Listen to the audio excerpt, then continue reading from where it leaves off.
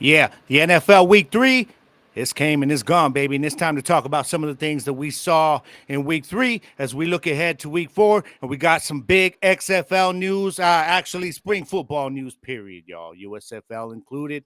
This is Gridiron Nation. Let's get it on, familia. I know I'm coming a bit late, but that's all right, man. Thank you, every one of you, for jumping in with me today. So let's get it on and let's get it popping. Welcome to Gridiron Nation. I got a special guest in the house tonight, baby. Let's get it on.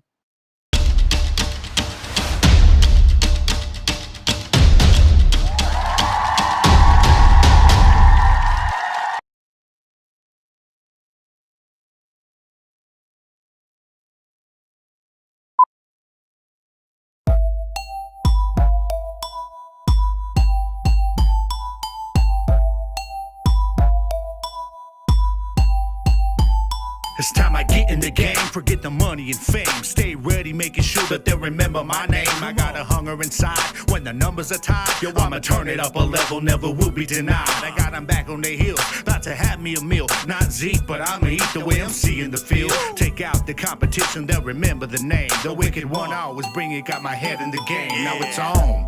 Finally went and wrote me a song. We the nation, eyes up on the chip and taking it home. Always up in my zone, yo, I'ma alter the plot. Man, it just can't stop. I got him shaking the spot. You got knocked down, go on and get up off the floor. Line up, brace yourself, cause I'ma give it some more. And when you feel the fire that I'm lacing into my rhymes, you know the heat is.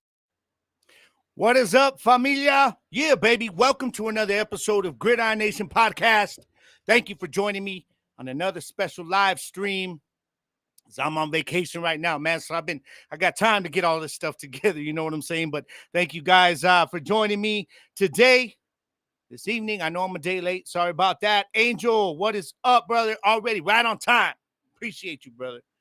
The OG double G, man, back up in the house today. So thank you for already jumping on, bro. But thank you all. Y'all already know this is that podcast. This is the podcast that is made for all the average hardcore football fans by the average hardcore football fan. Y'all already understand that's exactly what I am.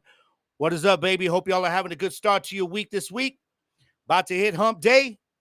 And, just right now, man, I've been dealing with a lot of, when it comes to football, y'all need to stop overreacting, man. This shit's getting ridiculous. All right. I'm like, it's week 3.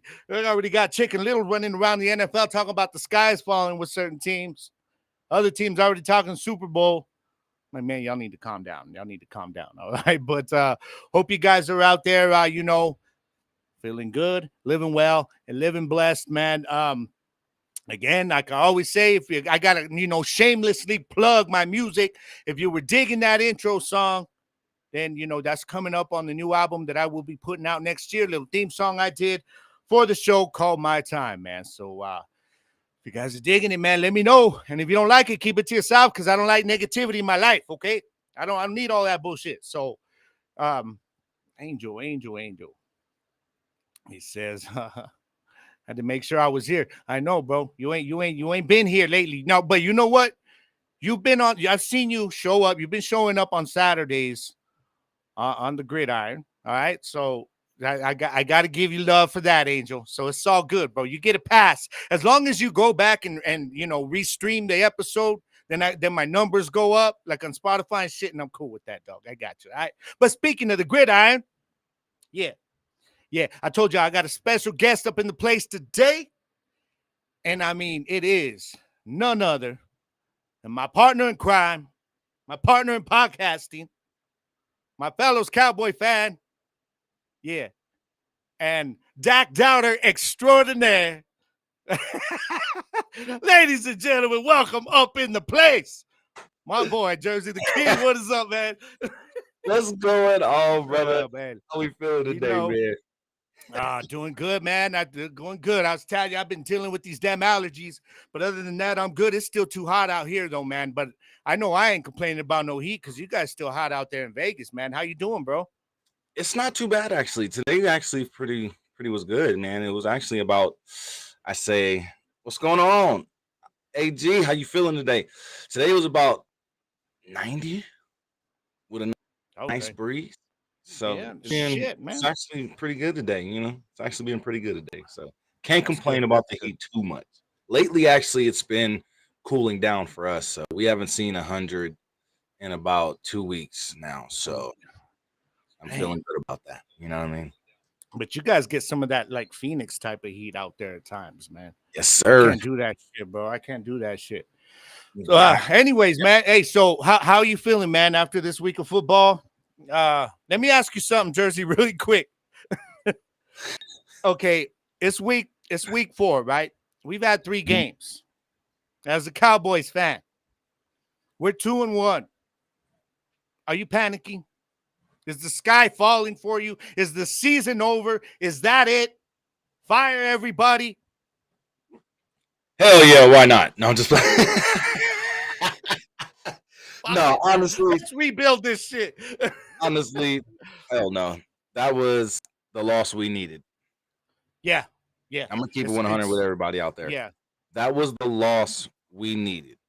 It's way too early in the season to feel like it's over and done already because we lost to the Cardinals. Because if you want to keep it real, the Cardinals put up a hell of a fight against the Giants. Yeah, they crashed and burned in the second half on the defensive side.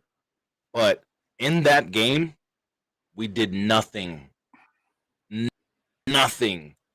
compared to in the first 2 weeks of the season. No. Showed it looked like a totally different defense. Yeah. It really was like losing Stephon losing Trayvon Diggs put everybody in a whole different state of mind going into this game. And I feel like that alone played a big part in us losing this week because nobody was. It almost looked like the defense was in like a little bit of state of shock still. Yeah, you know what I mean. Like everybody was kind of standing still for most of the game. They were a step behind on defense. Micah didn't have that burst at all. Yeah, Micah was not. Micah. And you know he was dealing with the double team, but we've seen what he does to double teams against all pro players. You know, and like he did with Andrew Thomas and them. And nobody on that offensive line of Arizona Cardinals is a Pro Bowl player right now. Yeah. As far as I remember. So what happened? Yeah. Oh, my brother Ignacio in the house today. What is up, brother? Glad you can join us today. What's going on, Ignacio? Man. How you feeling today, brother? Yeah, man. I think we'll we'll get into that game a little bit later on. But you know, I had to say it, man, because I swear, bro, our damn fan base is toxic as shit. I'll be in some of these fan groups, bro, or in my fan page, and I'm just like, damn, all of a sudden everybody's like, Vander Esch isn't the answer, get him out of there. You know, I'm seeing so much shit. Bland, you know, was beat early in the game, even though he came back and had a solid game the rest of the game. But everybody's just panicking, man. And I'm like, damn, y'all need to calm down. You know, I wasn't hearing y'all talking about Vander Esch needing to get out of town when we were 2-0. You know, the problem is a lot of these people are watching these, you know, they're watching Stephen A. and all these shows. And they're letting all that get to they're like, oh, really? Damn, maybe he's right. You know, it's like Stephen A's always right. The Cowboys usually do crash and burn. Yeah. It's week 3, man. Come on. And that's my thing. And exactly what Shannon Sharp said this past week, or this past Monday and Tuesday. It's the 3rd game of the season. Yeah. But it was a loss that we needed. Because I bet you we go into this next game, like today, we're talking about other should the Cowboys be worried of or be on upset alert against the Patriots this week? Hell no. And this is crazy. Stephen A even said it. You damn right. AG, you damn right, bro.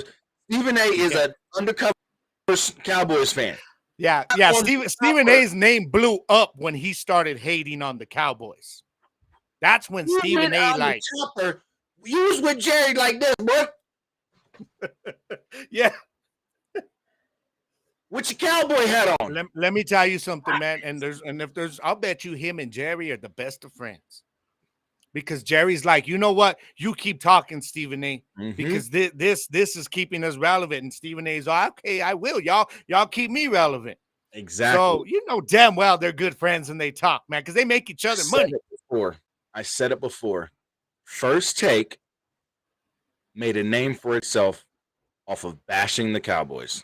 Oh yeah, absolutely, absolutely, Period. without a doubt, without a doubt. There would be Period. no First Take if it wasn't for the Cowboys hate on that show. You made You know what I mean? a show. Stephen A. and First Take made millions Yeah, yeah. off of bashing the Cowboy fans. Mm-hmm. Let's keep it That's for where his- so real. That's what brought his ratings. That's what brought their ratings. That's why he's got so much power on that show now. You know, and you ever So many notice? people tune just to see him Yeah. talk about the Cowboys. You ever notice you can always tell when maybe they've had a day or two of the ratings slipping, because all of a sudden it'd be like Thursday and they're talking about the Cowboys again after Mhm. like skipping a day or two. You know what I mean? And then it's like they're leading off with the Cowboys and just basically saying the same stuff over and over. All right, brother. I got you. I got you. It's cool. So, yeah, man. I mean, it's just been one of those things that the fans are like, you know, and they're at each other's throats already. And I'm like, man, y'all need to calm down. Yeah, We and weren't, unless you thought we were going undefeated, then you got nothing to complain about. It is what it is. Look past, it's Wednesday. It's time to start talking about freaking Bill Belichick coming into town. exactly. Zeke coming into Zeke town. coming back. Exactly. Yeah. Yeah. That's you what know, we should be focused on this week. yeah, Because Zeke yeah. said it himself. It's gonna be a lot of emotions. A lot of Mhm. emotions. Yeah. And I don't think he's gonna Yeah. do as well as he think he's gonna do. No, I don't think so either. I mean, this is almost, to me, and when it almost reminds me of when I first saw Emmett come back in the Cardinals jersey and he came back to play. And it's not the same. I get it because Zeke isn't a starter. You know what I mean? But it's kind of like that for me because it's like, damn, my boy. You know, because I was always about fucking Zeke, man. I'm still a Zeke fan. I'll always be a Zeke fan, man. You know, definitely root for him. Every time he's on the field with New England this season, yeah. I've been rooting for him to at least break something big. You know what I mean? So we can see the old flashes of Zeke. You know, if we go up big and it's like 2 minutes left in the fourth, I'm like, all right, man, come on, Zeke, break one, baby, break one. You know what I mean? Zeke, you know what I mean? I want you to score against us, but I'm gonna keep it 100. I think this week we bounce back, and we bounce back in a major way.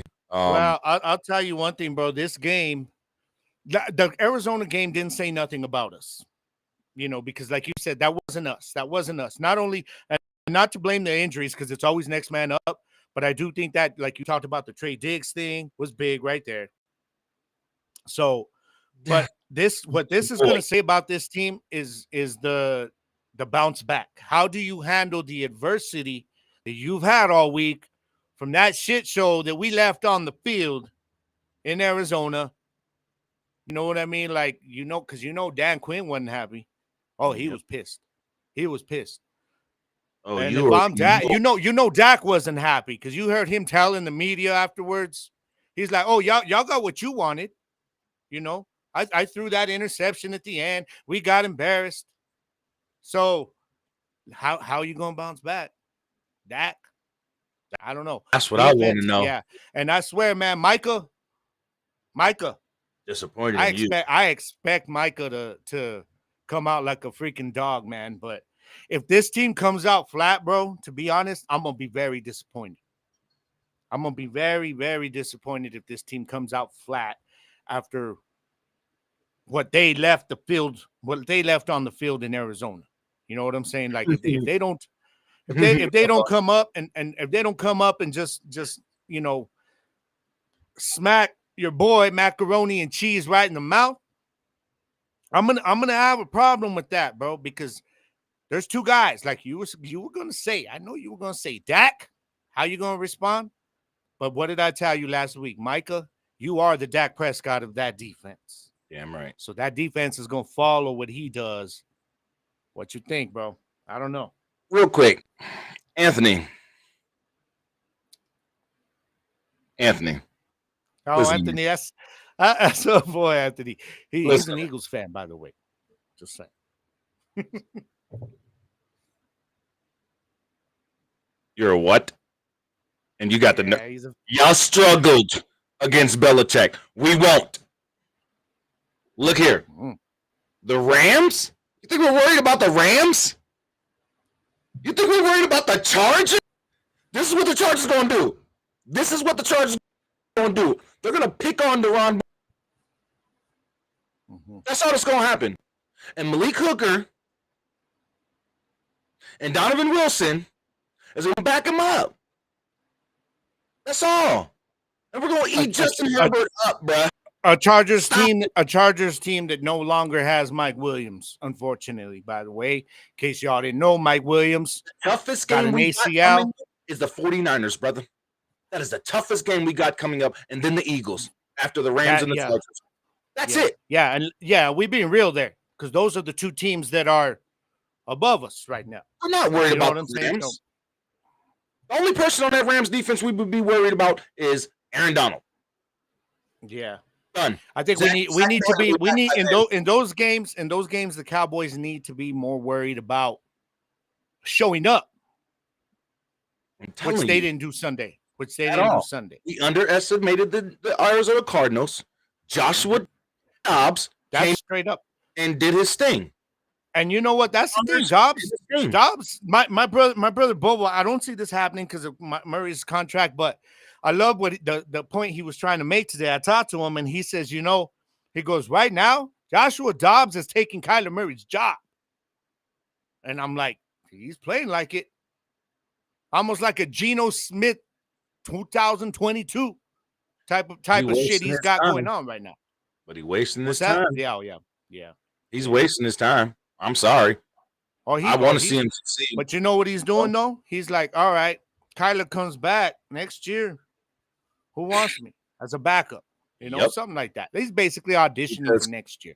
Kyler's going to be a backup if he's not traded because they're going after Caleb Williams. I believe so too. Yeah, they're going after Caleb Williams. The Niners don't scare me. Not this season. The Niners scare me. The Niners do scare me a little bit, especially because I need to make sure that what I see this Sunday from my Cowboys is that there's no layover from last week. That was a one-time thing. You know what I'm saying? You know how like bad I told you, if our boys come out flat this week and we have a shitty first half, I'm gonna be worried about next week. Straight up, especially because we're on the road. We're going to Santa Clara next week to their house. I mean, not like there won't be Cowboys fans because we're everywhere, baby. But you know what I'm saying. Listen. Kyle Shanahan is an awesome coach. I've been saying this for the longest. Brock Purdy fits his offensive system. Great. Right? Yeah. But that defense this season has a lot of holes. And it's shown when they gave up 23 points to the Rams. When they had them blown out. It's shown last week. Listen, the San Francisco 49ers have been giving up a lot of points this season. In the last two games. First game, they gave up 7 points. Mm-hmm. Games, they gave up a pretty decent amount of points. Let's not play around and ain't seeing the same thing. Come on now, y'all. Yeah. And if you look at our defense and our offense, we've put up numbers in the first two games. And then we went into Arizona big-headed, all that hype, listening to all the hype on TV and all that other crap. The Niners are a good team. I'm not downing them at all. What I'm saying is the defense ain't as scary as it was last season. Now, last season, you had everything to worry about. But if you guys remember, last season, when we played them in the divisional round, Dak lost that game for us by throwing those interceptions. Let's keep it for real. Yeah, we were in that game. Our defense had us in that game all game long. Our offense was killing their defense with that big package. Every time we ran two tight ends and had a big line on our offensive line, we were moving the ball, whether it was running or throwing the ball. We had a chance to beat them. Dak just made two mistakes with those interceptions. That's it. Yeah. Our defense was doing its job. We held Brock Purdy on lock. Well, and I think that just real quick, the injury in the first half to Pollard, who was running like a beast. I mean, and Kellen Moore's inability to adjust by getting Malik Davis in there, that had a big thing too, because we became very one-dimensional. But back to what, not to steer off, I see your point. I do see your point. So let's see. All right, Anthony. That's a good You, question. bro. I got you. Now, we've talked about this, me and you, Jersey. We've talked about it on the gridiron. We've talked about it here. I've talked about it on my audio, just my audio alone versions. So, Anthony, so honest question, if the Cowboys don't make the NFC Championship because it's either that or Super Bowl for Dak, you guys think Dak is out next season and Trey comes in? Now, we've had this conversation. All right. Now, I'm going to just give a real quick take on mine. I don't think so. I think Dak will be on the hot seat next year. If that happens, I think McCarthy will be out. I think Quinn would get the job, and they're telling Dak, you've got this 1 year. But I think their plan is they're hoping by next season, as far as you ask about Trey, they're hoping that Trey can develop into, by next season, the QB2. As far as what happens after that, I don't know. But don't plan on seeing him. At least that's not part of the plan. But to answer your question, from my opinion, I think Dak, we've talked about this, for Dak to save his job, he has to get to the NFC Championship at least. And in a loss, would have to play well. Very well. And I think if he doesn't or they don't get there, a lot of it could depend on what happens in the divisional round or wild card, whatever we're in, how he plays. But I think it's going to be McCarthy gone first. I mean, hell, it could be both. Who knows? But this is just what I think. What about you, brother? I honestly think it could be both. Because we all know how long coaches' jobs can last, especially if you're not doing what you need to do as a coach. The owner will be quick to get you up out of here. But a quarterback, they're going to give you a chance. They're going to give you a chance. And they're going to give you a chance. And Dak's had 8 chances. This will be his 9th. 9th season in the league, and you can't get us to an NFC Championship with this team? You want to know why? Because we got Cooper Rush. Cooper Rush went 5-1. Yeah, but what happened when he played a real team, though? What did the Eagles do to him? Nothing. That's a playoff team. That's a team that he would have to go through. That didn't happen to Dak in the playoffs against the San Francisco 49ers. We didn't get blown out, though. Cooper, regardless of the score, 3 interceptions that game, dog. 3 interceptions. And we still lost. That was a regular season game. Imagine a regular season game. Imagine if he's up against the pressure of that in the playoffs. I can't trust Cooper Rush. I can't trust Cooper Rush to not lose by double-digit points to the Eagles in the playoffs. I'm saying this. We only lost by, 8 points? 26-18, bro. Yeah, 8 and 9. No, we lost by 8 points, 26-18 in that game. And he was ineffective. When our defense could do nothing. We got a better defense now. I'm just saying. If you get rid of Dak and Mike McCarthy, you're not going to put Trey Lance up as a starting quarterback. I'm putting in Cooper Rush so that he can develop one more year. I don't see Cooper Rush here after this year. I don't either, but I'm saying if he is and Dak is gone, put in Cooper, give Trey Lance one more year to develop. Don't be stupid. Like Kyle Shanahan did. Kyle Shanahan was dumb. Problem is nobody's taking on Dak's contract, and they're still talking extension. So I don't know what's going on with that, but there you go, Anthony. I hope that answers your question. It's just stupid to me. It's stupid to me because at the end of the day, if you're going to get rid of Dak and Mike McCarthy, then and you don't want to keep Cooper, you don't be stupid and put Trey Lance in like Kyle did. Kyle Shanahan ruined this boy's career already. Yeah. By only allowing him to sit 1 year. Because why would you come on now? As much as we want to sit here and down talk Jimmy Garoppolo, as much as people want to sit here and down talk Jimmy Garoppolo, he was a great starting quarterback for San Francisco. He was what they needed.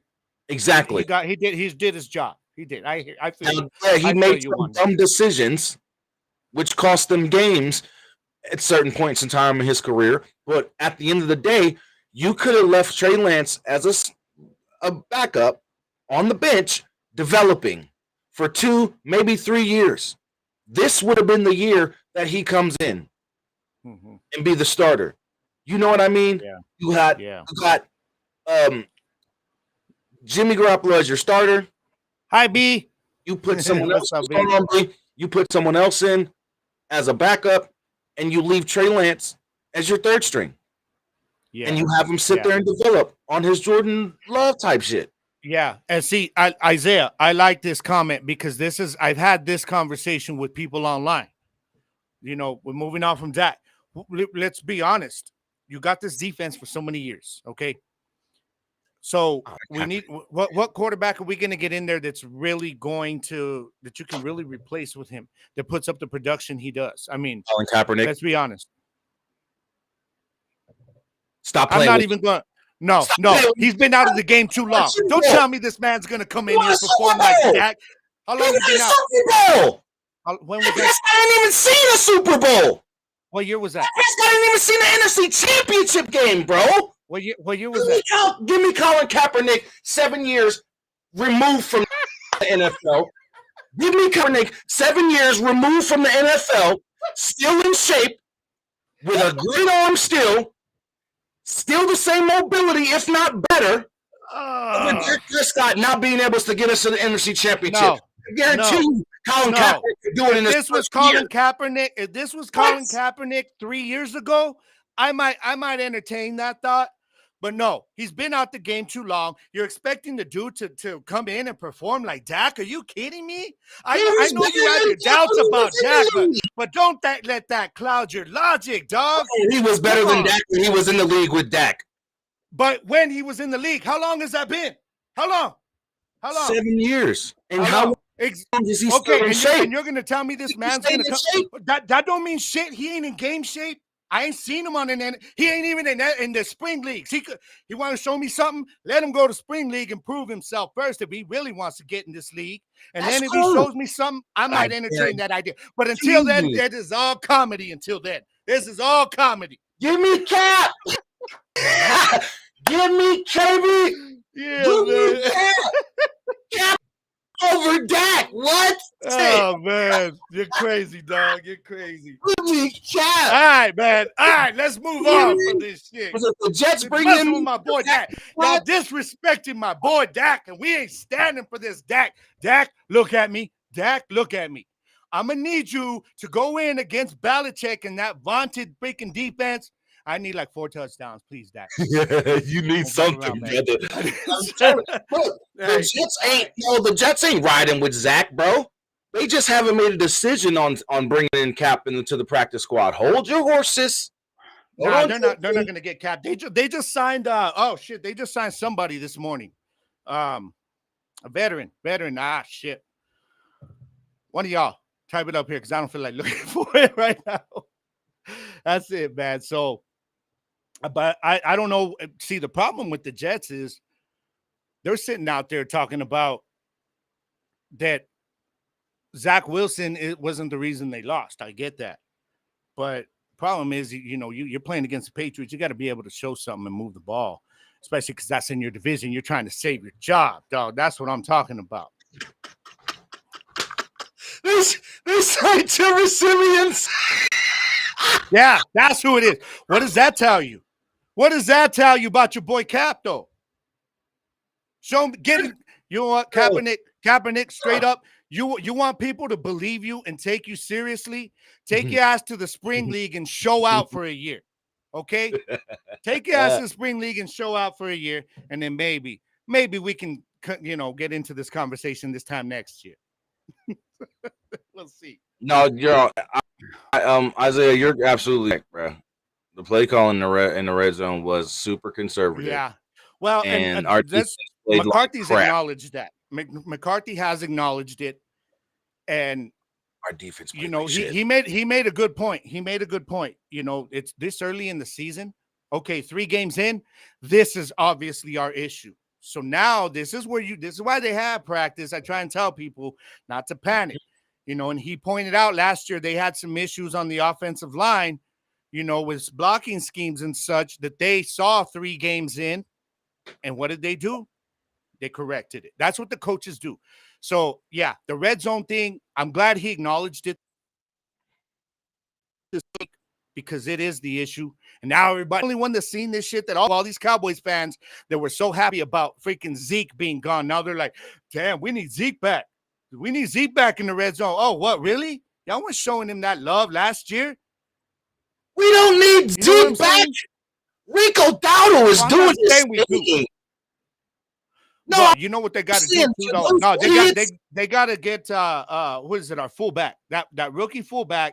It's time to start using him up in the red zone as well, too, man. Look, we got to start using that formation. Get back in that I formation, yes, or that weak set, or that strong set. Go back to that strong set where you got the fullback lined up off to the side. You know what I'm saying? Yeah. Look, come on, man. Let's go back to the real gridiron days where they was in the mud. That's what we need. All right. So real quick, y'all, we're gonna take a little step away from the NFL talk right now.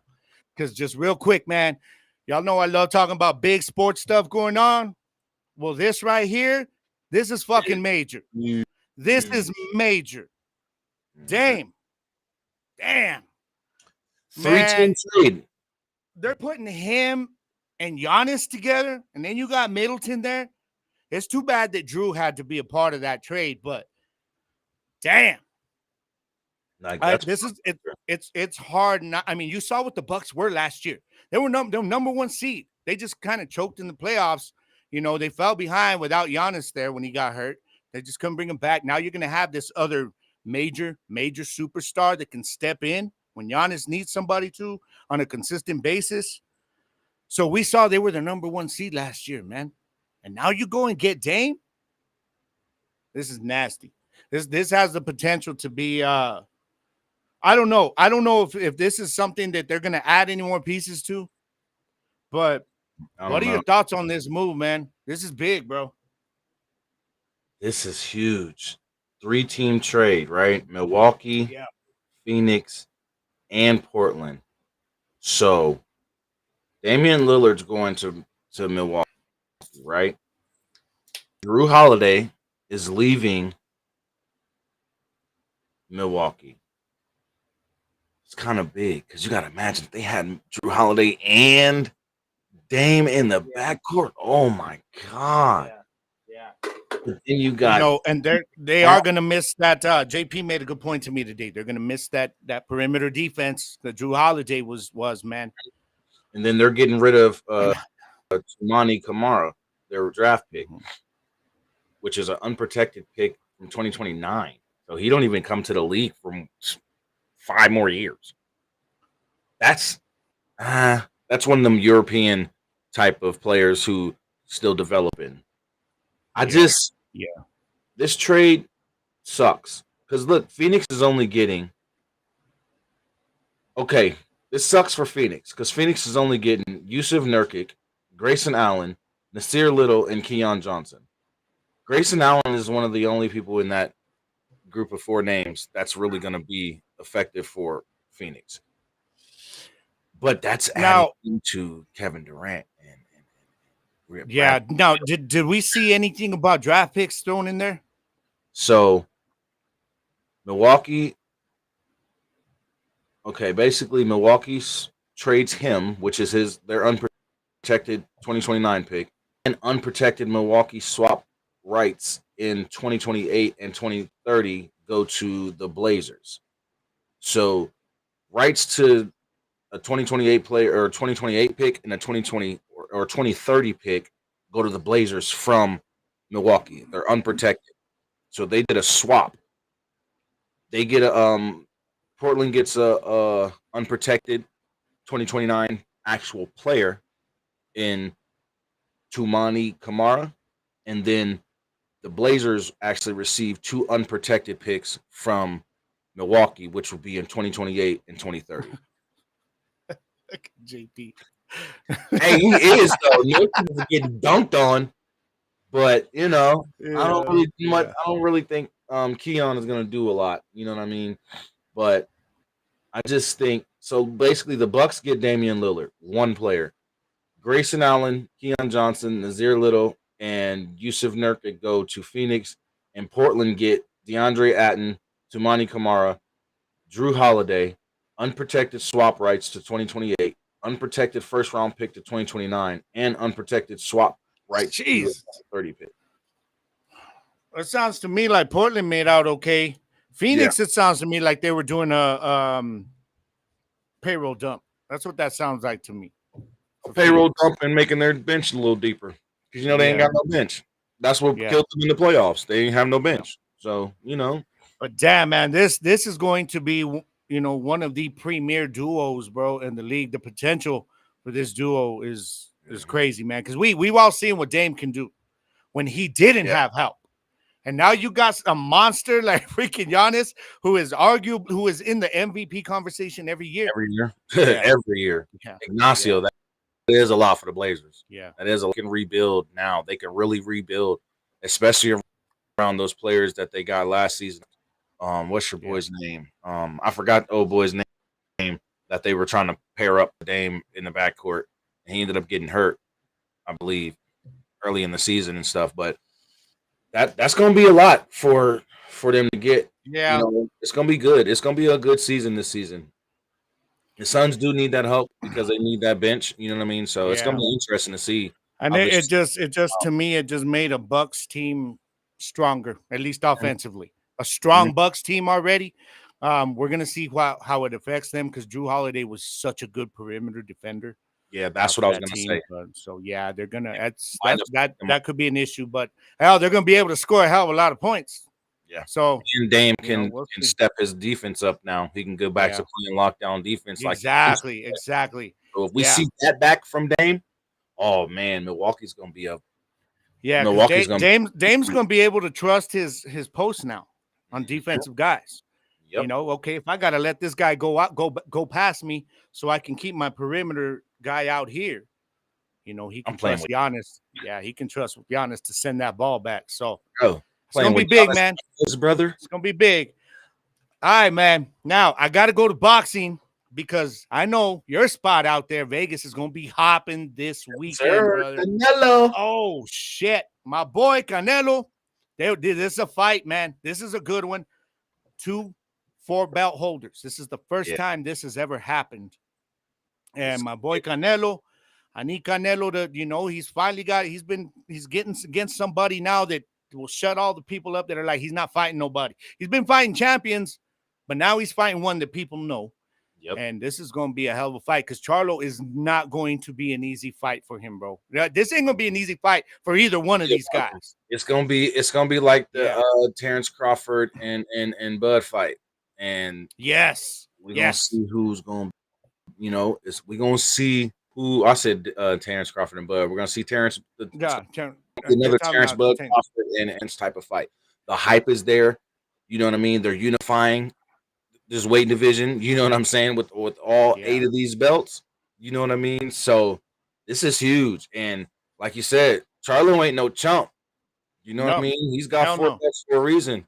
But Canelo, boy, Canelo, I hope Charlo's ready because Charlo's got that speed on him, but what negates speed, man, is the body, and Canelo's body, going to the body, his power is unmatched right now in boxing, man. It's what he does better than anybody. So it's going to be a chess match. And I think if I'm Charlo, I'm trying to wear him down early. That's the only way he's going to be able to take away some of that power, man. But Vegas is going to be hopping this weekend, y'all. Best believe that. Your brother's a fool. Oh yeah. You better stop. I got receipts. Goddamn receipts. You don't want to be on the list, Ignacio. All right. I'll come all the way down to New Mexico right now. Coach Prime got receipts, man. He got receipts. Damn it. You want to see me on the stretcher? Let me go get the receipt.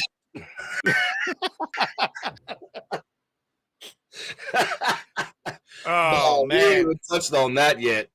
This, yeah. And speaking of that, man, this week is not going to be any easier for that team against number 5 USC. You got Caleb Williams coming to town. I mean, damn, bro. Dion, you better get some more receipts. Because, boy, you about to get your ass whooped. I'm sorry. Your defense been sus since day one. But the thing I respect about Dion is he said it.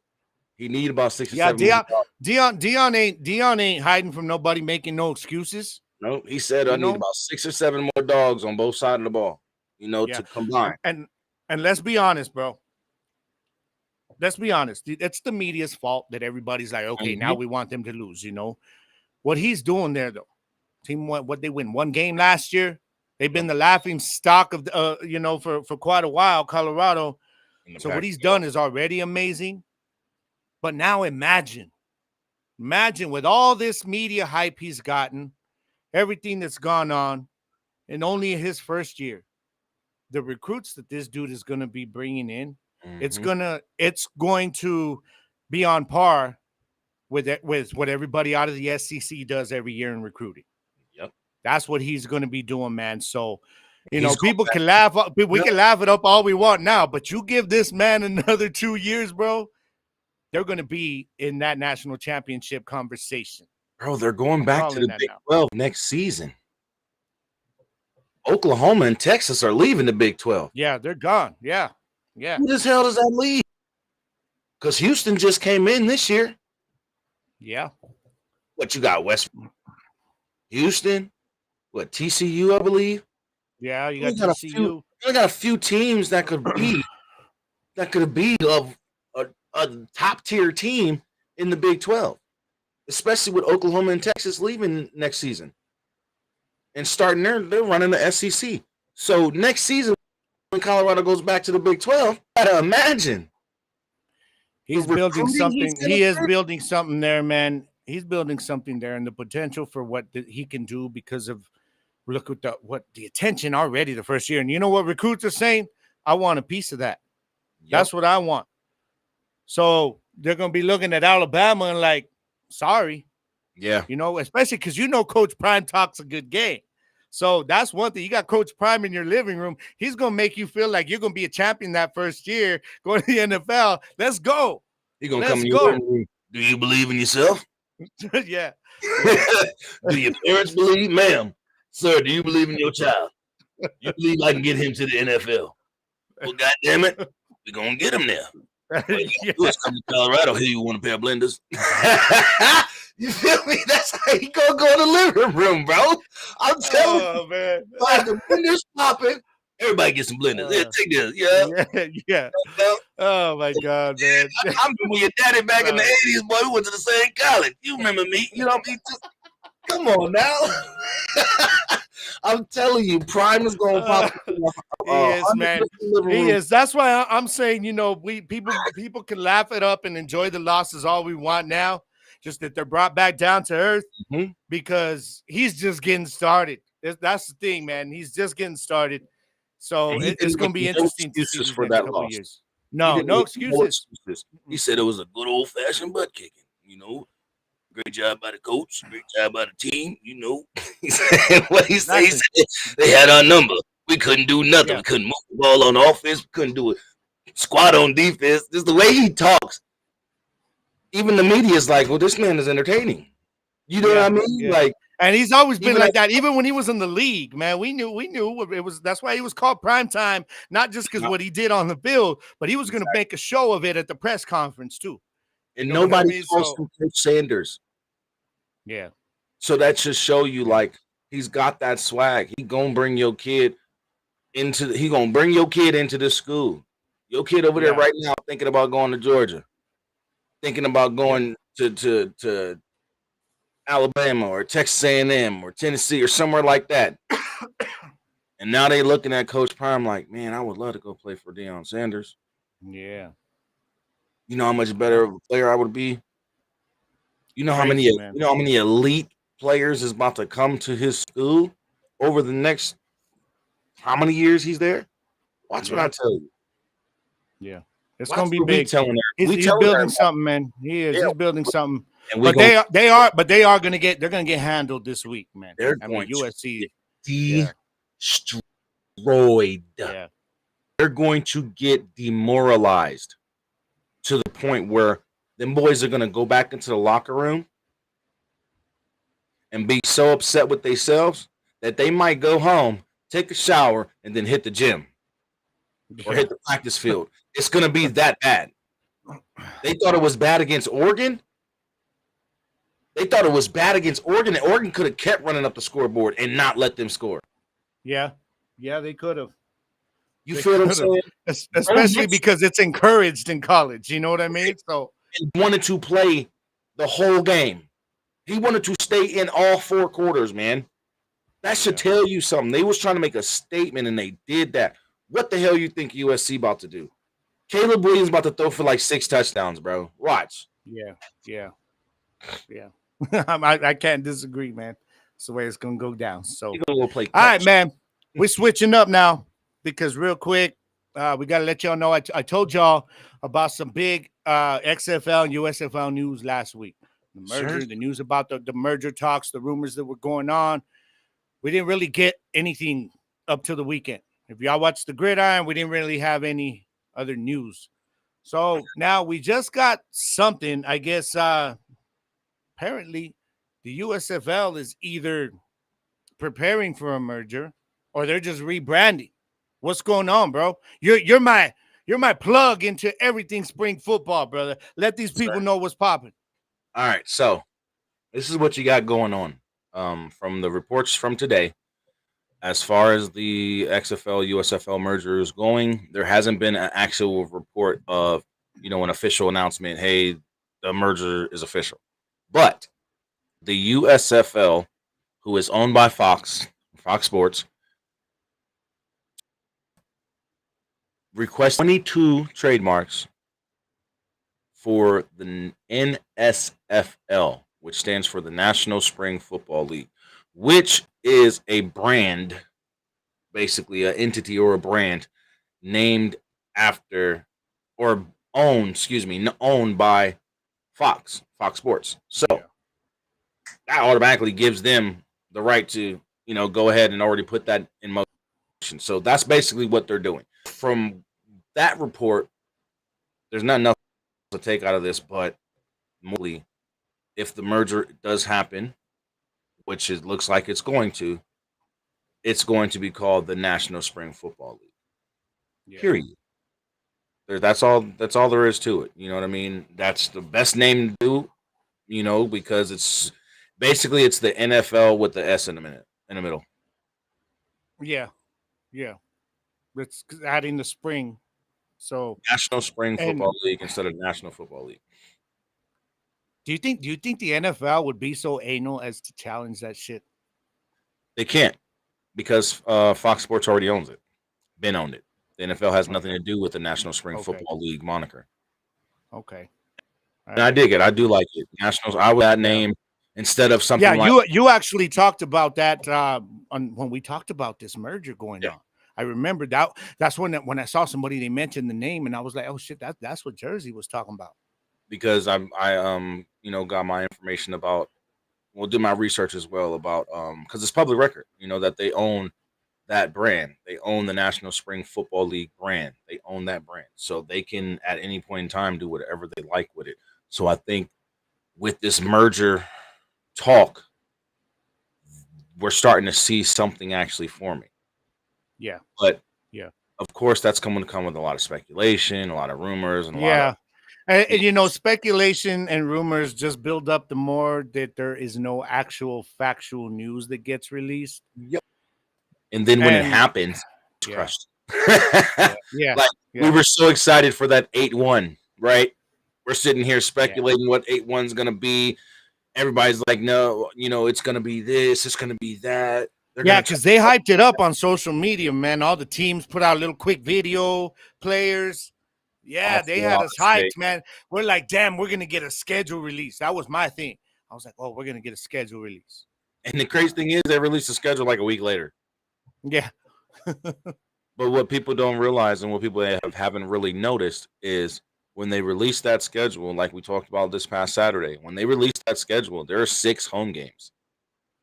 So people who are getting those ticket holder or those season ticket holders, they got season tickets for 12 games, basically. 6 home games, 6 away games. Why would the schedule which makes no grow? sense if you're in an 8-team league. Why would the schedule grow Yeah. with only 8 teams? Yeah, because that means Something now you're has to gonna be that happening. yeah. Now, That Gabe, what means did they're we talk adding about? teams. What did we talk about though? We got in depth about this on Saturday. What about that could be possibly happening with that? We're looking Oh, at possibly and you know why? But you know why it won't happen? Because we're like, damn, we want that so bad.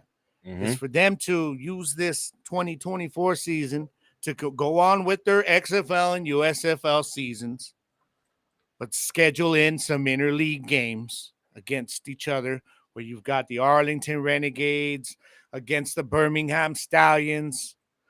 And at the end of the year, when both teams have their spring champions, y'all, the two teams play for an ultimate championship. And that championship, the winner becomes the official first champion of the NSFL going into the 2025 inaugural season. I would love that. Fuck, bro. I would be so hyped as a fan. Because you continue that. Yeah. You continue type of schedule instead of doing it with just one home game and one away game. Now you're adding in more games. You're adding in a full schedule for all 10 of these teams to play each other. And you know what have people talked about in the groups, man? It's always been like, okay, who would win, Renegades or Stallions? You know, and then they go back and forth in the spring league groups and stuff like that, man. So this is a way we'd be able to find out which of the two champions is better, because that's the one that's going to take this league into its inaugural season. We'll find out which of the teams are better. Yeah. Because you look at it this way, right? You keep all 8 franchises in both leagues. Like we were saying, you have the XFL conference, the USFL conference, or whatever. Yeah. And you have the North and the South until we get more teams, and you have the East and the West. Or if you keep all 16 teams, or excuse me, all 8 teams, then you have then you'll have the XFL North, XFL South, USFL South, all in the NSFL. Yeah. Like we were saying, this season, since you want to do this merger so damn quick, this season, have all 8 teams in the XFL play as normal, but throw in one home game against a USFL team and one away game against a USFL team, and vice versa for the USFL. And then, like we said, in the 2025 inaugural actual NSFL season, you just go into it with the schedule just mixed all together to where every team from the XFL plays every team from the USFL, as well as playing every team in the XFL and every USFL team playing every team in the USFL. Mm-hmm. So that way, all 16 teams are playing each other throughout the season. Yeah. And then you got it basically like we're watching. But do you want that? Do you want all the teams playing each other every year? Yes, because I think one of the appeals of a schedule coming out, besides seeing what games you're at home for, would be to be like, okay, which of the teams from the other conference are we going to play this year? You know what I mean? I guess maybe, I don't know. I don't want to compare it to the NFL, but it's kind of a bit of the positive anxiety we get about the NFL schedules, because like, all right, so who are we playing this year? Are we playing, we got the NFC West this year or whoever, and I guess that's not fair, because there's only with a bigger league, yeah, like the NFL, you can do that to where you don't have to play every team every year. So I guess that's not a fair comparison, but I think there's a little bit of kind of an excitement there when your schedule would be coming out. But it'll help to at least get the merged portion of this new league off the ground. Yeah. To take it into, without having to deal with the hubs. If we can get fields for all the rest of those 5 teams in the USFL, you know what I mean? And we move Houston and all that and get moved somewhere else, more than likely, hopefully on the West Coast, whatever the case, you know what I mean? And they have it set up correctly, it could help. Because now you ain't got to worry about going to Alabama, Birmingham, Alabama, to watch the damn New Orleans Breakers play. You can stay there in New Orleans and watch them play. You know what I mean? Yeah. And when they go away, now you're going away to DC and you're taking on the DC Defenders. You're like, hey, let's go see what this beer snake is all about. You feel what I'm saying? So it'll help transition and like I say, it'll make the merger better over time. Because then boom, now, okay, the first season was successful, right? Let's just say the first season of the merger was successful. Even the idea of rushing it this season and just adding 2 games, you know what I mean? A 1 away game, 1 home game against a USFL team and vice versa, right? Yeah. The next season, you incorporate all the teams. And you can even do it to where they don't play every single team from the other league. Mm-hmm. Yeah. But they play like 4 of them. You know what I'm saying? And that's what I'm talking about, In the next season, they play the other 4. You feel me? Right. And then by that time, we're looking at expansions. Possibly. Why? Because now every team in the new NSFL has a freaking football stadium to play at. So now they have a legitimate place to say we have a fan base that comes to our home games that are in our respective cities. You know what I'm saying? And that way, when they decide to say, okay, now we want to expand this to 24 teams, or we want to expand it to 20 and then 24. You know what I mean? And then from 24 to 28, and then from 28 to 20, and then boom, we're at a 32 league team or a 32 team league. Now you got XFL Conference North, South, East, and West. USFL Conference North, South, East, and West. And I think it'll be easy to negotiate the rules, Ignacio. Yeah. You know what though? I really hope when they do that they take some majority of the fan feedback. Yeah, on the rules we like. Majority of the XFL rules. Yeah. You want to be honest. Yeah.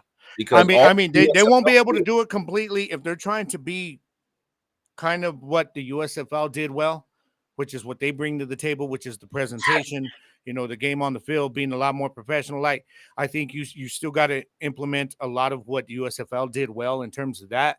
But in terms of being unique and keeping it their own, there are things that the XFL, they have to keep, bro. Like, and but just keep it the there. Rules. For instance, let's just look at the rules.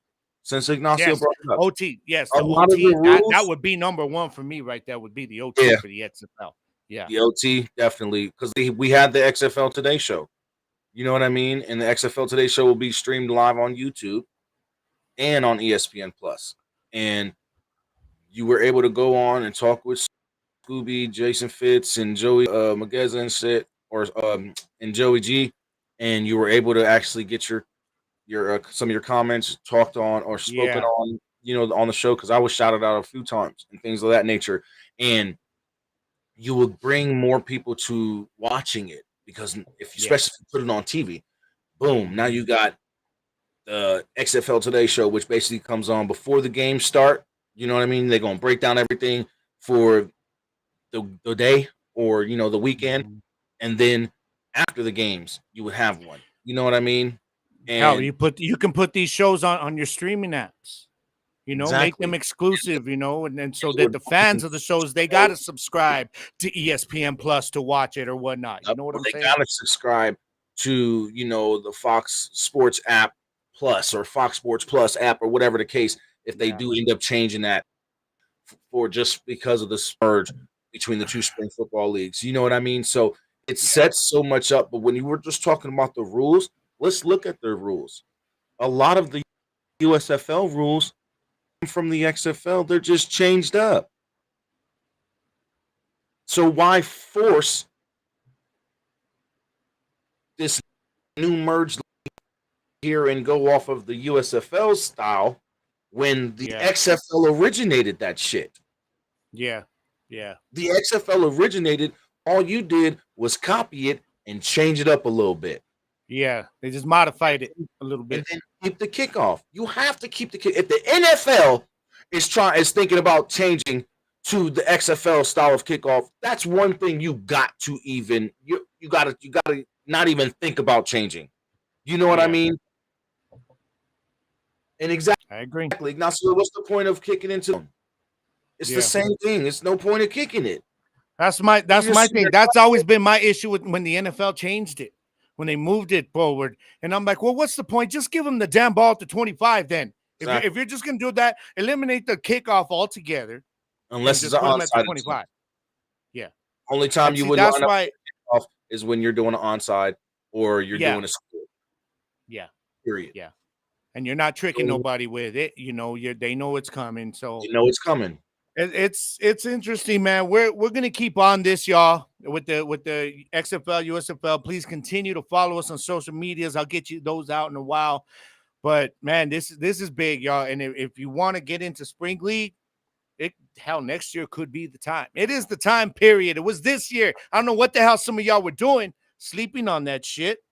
But I don't either because the XFL was hot. XFL was popping this season, and the it was, USFL man. had some really good games Had some and good great football. Yeah. presentation. Yes, they did, It man. may not have had the amount of fans that a lot of people But the wanted games to were see good, in man. the stands, Yeah. but the games were good. The games were Yeah. actually good. You just didn't have that full fan experience or that full football because Yeah. there was no fans in the stands, and we're hearing fake crowd noises and things. So that's really what Well, that was. y'all keep following us, man, because we're gonna keep talking about this as we get news, and y'all make sure that you're following Jerzey, because he's gonna be sharing anything. Sometimes I don't get to it right away. I'm doing something, and Jersey's right there. Boom, he's sharing this stuff. Sure. And he's also, you are the link here with the XFL Fan Legion right now and those guys. So y'all be up on it, man, and we're gonna keep you posted. Get you ready for spring football in whatever form it's coming for 2024. We're gonna be on top of it, y'all. So y'all be And if ready for there's that. an All right? announcement anytime before or by Saturday of the merge being official, you already know I'm gonna have that news for you guys. And if it Yeah. does happen before Thursday or by Thursday, I will be bringing back the Fan Gang Nation show early because There I'm we go. planning on not bringing it back until next week, only because I want. Well, no, actually, sorry guys. Tomorrow I'm supposed to be having Vegas Vipers wide receiver No shit. Jeff Badette. Damn, So bro. yeah, if Nice. not this Thursday, Nice. I'm gonna have him on Tuesday. If I All don't have right. tomorrow, we're You need to let me know because I'm on vacation right now, so I can make sure I catch that live, man. All right, and I'm gonna make sure if y'all need to, I'll share it as well. So, but if you're ready for some spring football, y'all, this is big news. So we're gonna stay on top of it for every one of you guys. All right. sir. Now April, let's keep rolling, man. We're gonna keep rolling into what's up, April. She's finally showed up. She finally showed up. Bro, she's a Bucks fan. She's been like a major supporter, one of my best friends, major supporter of the show for since episode 1. Since episode 1. So good to see her up in here in the comments and chat, man, showing some love. So and Baker's let's looking good for your Bucks. Baker Mayfield, man. Hell, that Eagles game, it wasn't that big blowout that a lot of people, when they first saw the schedule, thought it was gonna be. You know what I mean? So he's kind of like he's making it difficult for them to tank this year for Caleb Williams, man. You know what I'm saying? Yeah, He's like, hell no, I ain't losing no damn games. You I guys want to are be a crazy. I'm starter gonna go out somewhere. there trying to win. Exactly. Exactly, man. So he's making the Bucks competitive through the first 3 games, man. So Making that. but let's get right to it, man. So I got to eat my crow on my predictions for last week on the ones I didn't get right. Now we already, at the beginning of the show, we talked about the Cowboys and Cardinals, everything, all our thoughts on that game. But real quick, for those who just jumped on, basically our thing is, and my thing was, this game didn't tell us much about the Cowboys, not near as much as what week 4 after a game like this is going to tell us about the Dallas Cowboys. All this game told us was that they shit the bed and nobody showed up. Other than, unless your name was Michael Gallup or Tony Pollard. Or Rico Dowdle. Right? Yeah, Dowdle played well too. So, but this, I think this was just, but it also said a lot about the Cardinals too, man. Yeah. See, people are bashing the Cowboys. It's true. We didn't show up. We had our injuries, but damn, Well, be damn, man. I went into this game confident, bro. You know, you heard me telling you, look, even with all these injuries, we should still be all right. And the Cardinals were like, fuck you. You know what I mean? Y'all ain't going to be all right. Y'all ain't going to be all right. They said, hell You know no. what I'm You saying? underestimated us. They Yeah, prepared yeah. for Micah. They completely prepared for Micah.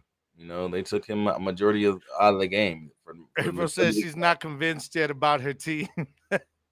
No, he got a lot to that. prove. He do got I a lot get to that. prove. Yeah, JP says he's got a lot to prove. Yeah. Any man that can sit here and headbutt somebody in the helmet with his bare head, oh yeah, that man good. He crazy. He gonna get you tough. He gonna get y'all a lot of wins, man. You know, Look, there though, man. the You NFC know, is there, not bro. stacked like that. All right, the NFC South is not stacked like that. Okay. Yeah, but you know what? I think the Saints are gonna get better as the year goes on, and now they got Kamara coming back. It's going to be big. But how long is Derek Carr going to be out? That is a big question mark right there. Jameis can air it out. He's going to get the yards, but you know Jameis. Jameis is Jameis, man. He's going to throw like 2 touchdowns and like 3 interceptions. Yep. You know what I mean? mean? That's what he'll in. He's going to run for a touchdown, throw for a touchdown, catch a touchdown. But you know what? Anytime Jameis has a spotlight, man, we all win because he's entertaining this shit, man. I gotta tell you. When you go I love Jameis Winston, bro. When you in college and you stealing fish from the fish market. Yeah. Yeah, man. Talk about eating W's. He's something else. And you saw the team looking at him. You remember that game against Dallas? And he's like, we're going to eat a W. And then the team's just looking at him. What the hell is wrong with this man? All right. Bucks on 3. Let's go. You know what I mean? But Saints is most underrated team. Whoa. Yeah. I agree. Whoa. I'm with that. I think if Carr is healthy, though, it's got to be with Carr. Because they're going to get better with Kamara coming back. Michael Thomas is actually playing better than I expected him to play right now. Michael Thomas is. Olave is a monster, bro. Olave is in that receiver room right now. He is that dude was a monster coming out of college, and he's just continued it. Yeah. I mean, to be honest, I actually had him and Pierce neck and neck over Garrett Wilson for offensive rookie of the year last year. Not saying Garrett didn't deserve it. He got it, but I mean, Olave was right there. Olave was right there. So it's crazy, man. It's crazy. 400 yards, 3 interceptions, and 3 touchdowns is going to be crazy from Jameis. That's Jameis. Yeah. That's what I'm saying. My boy makes it entertaining, man. Put up like 400 yards. 3 touchdowns, but he got to throw like 3-4 interceptions, maybe a 5th one just to cap it off, make it right. You know, just to make he's gonna make it entertaining, though, man. I tell you, when Jameis Winston is in the spotlight for a little bit, we all win. All right, that's all I'm saying, man. We all win. But all right, so now one of the other games that I called last week, and this one went exactly as I expected. I called a low-scoring game. I did pick the Pats to win a low-scoring game. That it would be defensive, and that's exactly what it is. This was a classic Bill Belichick type of game, minus Brady type of game. You know what I mean? Because since Brady's been gone, this is what Bill does. Let's just grind him down. And he knew that you know Zach Wilson wasn't scaring nobody. He knew that they had what was this crazy winning streak that they have on the Jets right now. So yeah, I got to be honest. This one went exactly as I expected. I mean, you got anything to add on this one? Mac Jones is looking a lot more comfortable. He is. And people are like, he's a game manager. I'm like, that's all they want him to be right now. That's all he has to be. Yeah. I mean, this team could very easily be 3-0 right now. Yeah. Let's look at how close that Eagles game was. It came down to that sideline catch where they had to review it. They would have put him in the red zone. And then the second week, it came down to that, you know, when they had to measure that first down, and they didn't get it on 4th down, that would have kept the drive going. So good against Jalen Hurts. That defense, Matthew Judon and that defense, bro. They look. That defense is legit. They are legit. So imagine what the fuck we're gonna do to them. Imagine what Michael Parsons is gonna do to Jalen Hurts this season. What? We got a bone to pick with y'all from last year. Yeah, we can't wait. We can't wait till week 8. What is it? Week 8, week 9? We can't wait. Just saying. You know what I love about this? You totally took this whole thing with the Patriots and Jets and you turned it right into a Cowboys conversation. I wasn't trying to it's because how they played and how we played against them, it's gonna matter when it comes to us playing against. You know, I got to be honest though, man. This weekend's game with the Cowboys and Patriots is huge. I'm gonna be honest. You know, I'm a Dak guy, and I believe in Dak, and I think he'll bounce back this week. But he's gonna have to, because and if he does, if Dak can put up a couple of touchdowns this week, no turnovers, we win the ball game against this defense, then I'm gonna be taking receipts. I can't do the prime voice. That's what Dak gonna start doing. Yeah. I got receipts too. Yeah, I'm telling you, because if he could put up a good 300 yards on this defense, 3 touchdowns in the air.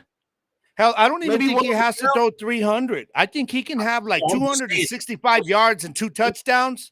But if he throw 300, if he throw for 300, I'll start easing back a little bit, because you put up 300 yards passing against Bill Belichick's defense. Yeah. We'll see. You got to get props. See. But we'll see. So, I mean, he did good last time we played them in the regular season. He did very well against them. That was a hell of a game. That was that overtime game when CD was like, "Bye, game winner, baby, we out." Yeah, that was over there in their house. So. I think that game he only threw 1 interception. Yeah, that was a hell of a game. We'll see. Hell of a game. Yeah. So now the other one I called. Now this one. Okay, this was what I call my hot pick every week, which is my big upset. And I really thought that the Commanders, especially at quarterback, would play a lot better than they did. But you know what? I ain't even gonna bash the Commanders for this game. This was Buffalo, like saying, "Okay, 2023, now we're here. Let's get it on." This was a complete game by the Buffalo team that we thought was gonna show up on week 1. This was that team. They looked amazing, man. They looked amazing. They did. This looked like a Buffalo team that said, "Hold on, media. Hold on, Stephen A. and company. Hold on, everybody on TV. It ain't getting too short." They're like, "Oh, that window's closing. That window's getting short. That opening is getting short. This, that, and the third. There's Super Bowl chances, and this, that, and the third. Super Bowl window's closing." They played this week against that Commanders defense, which is not no scrub defense. Come on now. And to only allow them to put up 3. Commanders got a good defense. They really do. Good defense. Brian Robinson's been running his ass off. You know, they've had some good quarterback play. And Buffalo just came in and said, "No." What's the offensive coordinator's name? Eric Bieniemy. You're talking about Bieniemy. Yeah. For them to do that to his type of offense, that says a lot, man. This Buffalo team, this is the Buffalo team that when I made my picks in the preseason on them winning the division again, this was the team that I saw. Yep. Yeah. This is the team we thought we were going to see coming out the gates. Yeah. You know what I mean? Never lost to Aaron Rodgers-less Jets. Exactly. You know what I mean? So exactly. This is the Jets, or this is the Bills team that everybody thought was going to show up against the Jets. And the Commanders, I just feel bad for, because they're not a scrub team. They're really starting to find themselves, and they are. And I think again, is week 3. You know, they're still pretty damn happy that they're 2-1. That was one of the teams. That was one of those teams they knew it was going to be tough to go against and be really, really successful.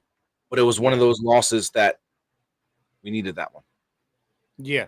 You know what I mean? That was an ass whooping. That was a straight ass whooping. We look like bears out there. Yeah. Because the Bears. That was, man. They look like the Bears out there, man. Sam Howell could barely do anything. He looked like Jordan Fields out there running around. Like, I don't know who I'm going to throw the ball to. I'm going to just hold it. I can't find it up, man. He had so much difficulty just standing in the pocket and throwing the ball. That Yeah. Buffalo defense got to him. They just They were brutalized on him. the And you offensive know, line. you got to wonder, man, what happens when these guys get Von Miller back? Yeah. Because you saw Von Miller was killing it last year before that injury. I mean, that they had so many injuries. You know, that safety duo was hurt last year. Yeah. And this now we saw, okay, they're a little healthier now. Now we're seeing it. And they were still one of the top defenses last year. So now we're seeing this was what I was looking for. And it's going to be interesting to see if how it carries this week, man, because what are we looking at, man? We got Buffalo this week. Oh, they're at home. Oh, yeah, that's right. This is the big one. Fuck it. Let's call this one now. We got Miami coming into town, into Buffalo. What? Where Buffalo's actually favored to win this game. Yep. And Believe it or not, man. Wait to see their feelings get hurt. Let me tell you something, though. Miami. This ain't the Denver Broncos, though, and this game isn't in Miami. All right, this is the Buffalo Bills who are coming off a performance looking like an AFC East champion. Wait. Whose performance was better? Okay. Who played the better team? Okay, up to this point, you're going to tell me Denver looks good? They haven't even won a damn game. At least Washington's doing one. Sean Payton. People are already calling for Sean Payton's job. Yeah, what the hell, man? But to put up 70 and 700 yards against that defense, which ain't no scrub-ass defense. I told you before this. All right, I gotta show off my little toy. I know I got to upgrade my shit so that you get the higher definition, you know. But it's my little tidbit, my new toy. It's my ticker, right? I had this thing set up, bro, during the games. And I think it was like the second quarter or something like that. And I remember looking over so that I don't have to keep switching the channel or looking on my phone. And it's showing me all the scores. And it was like Miami had like 20-some points. I'm like, all right, cool. Halftime came of the Minnesota and Chargers game that I was watching, which was, we're going to get into that one in a bit because fuck, was that a game? I go to the store, man, do a little beer run, and I get home. And I'm sitting there and I'm in the third quarter. And at one point I look over at this little tidbit ticker and it says, all I see is Miami 70. And I look again and then it switched over. And I'm like, no, I got to wait till it comes back around now to see if I saw that shit right. Miami pops up again 70. And I'm like, hell no. So I go on my ESPN app and it says 70. I said, this shit's playing with me. I had to change it to that channel. And I was like, you got to be fucking kidding me. This is some college shit. Like, I mean, how when no backups coming in and putting up touchdowns? Yeah. I mean, those two running backs just destroyed you. And there was no Jalen Waddle there. Bro, your Jalen Waddle had over 200, what they said, over 100 yards rushing each. That's crazy. Each. That's crazy. After what Tyreek had already done to him. You know what's sad about that, though, is that Tyreek and Tua got them such this lead that they were like, all right, we're going to take it easy on y'all now. We're just going to run the ball. The running back still went ham. Didn't matter. Went ham. They did not care. Tyreek got his 100-plus yards.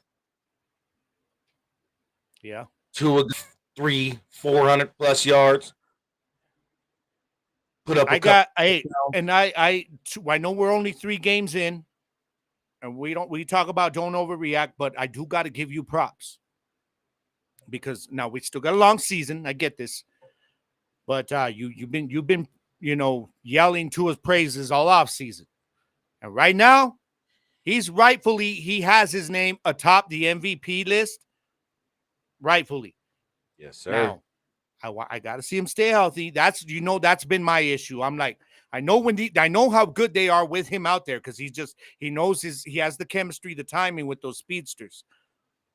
But if you stay healthy, dog, you're going to get this thing and he's going to have this team in a good place, man. But how many times?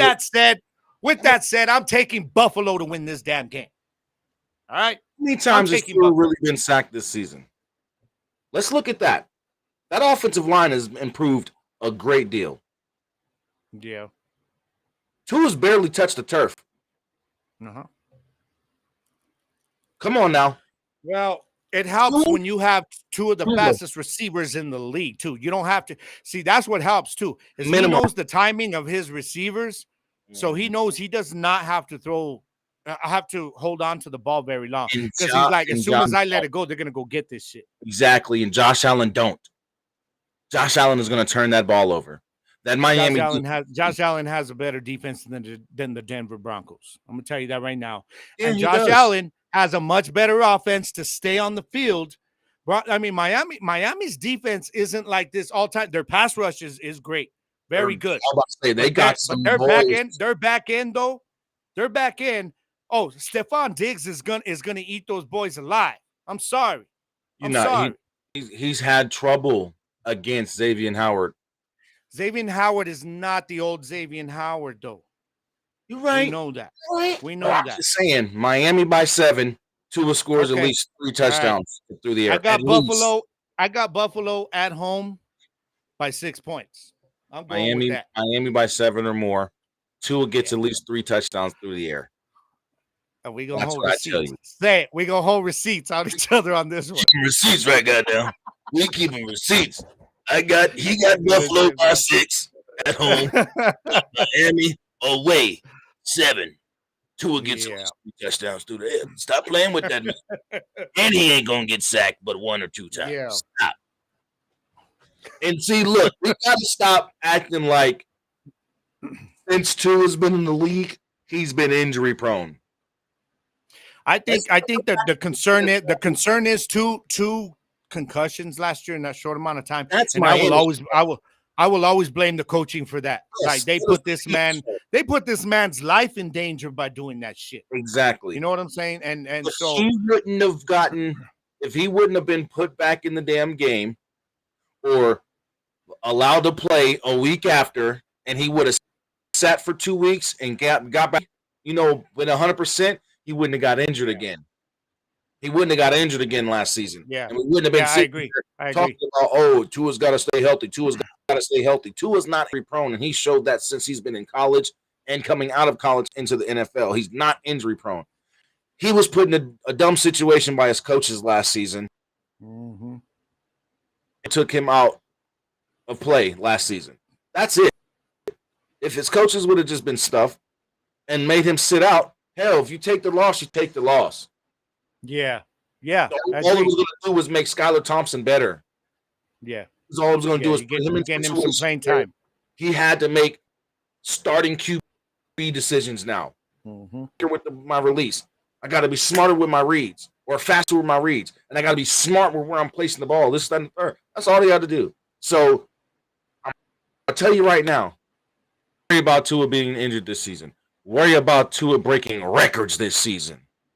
Could happen at the pace he's on right now, man. But all I got to say is Buffalo is not the Denver Broncos, and they are not playing in Miami. But I'm wondering if Waddle will be back. So that's going to be another interesting thing right there to see if he comes back. Because it was just crazy that they did that without Waddle, man. That was insane. Bro, all them defensive backs in Buffalo right now are worried. Yeah. How are we going to stop Cheetah? We'll see. We'll see. No, if I'm Tre'Davious White, though, I'm like, you know what? Swallow your pride and just admit that you have to have the safety help against Tyreek. I'm sorry, because he even kills the safety help because he's so damn fast. You have to. As good as Tre'Davious White is in Buffalo, he is a top 10 cornerback in the league. Yes, so he's going to have that responsibility. Or what if they go the route that, let's say New York, the Jets tried to do with CD in week 2, and they say, you know what? We're going to put our best corner on your other guy. We're going to put Tre'Davious White over on Waddle, and we're going to try and double team Tyreek. It's not going to matter. Tyreek's going to get his. It's going to matter. He's going to eat. You know what I'm saying? He's going to get his. So he's going to be out there looking like CD. Let me go ahead and split this double team. Oh, I'm wide open. Oh, let me make all 3. It ain't even fair. It ain't even fair. There's 3 players in this league that get open no matter what, and you wonder how, and it's Travis Kelce, Cooper Kupp, and Tyreek Hill. And you're like, they're being double teamed on every damn play, but every time they get the ball, they're like 10 yards away from the nearest guy. It's insane, man. I don't know how to explain it. Tyreek Hill can beat triple teams and make all 3 of them idiots look stupid. Yeah.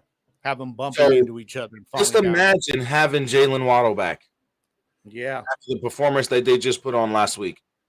Do you know the high that these boys are on? We just put up 70 points. If we But wanted to, we could have kicked that field goal and set the now, record.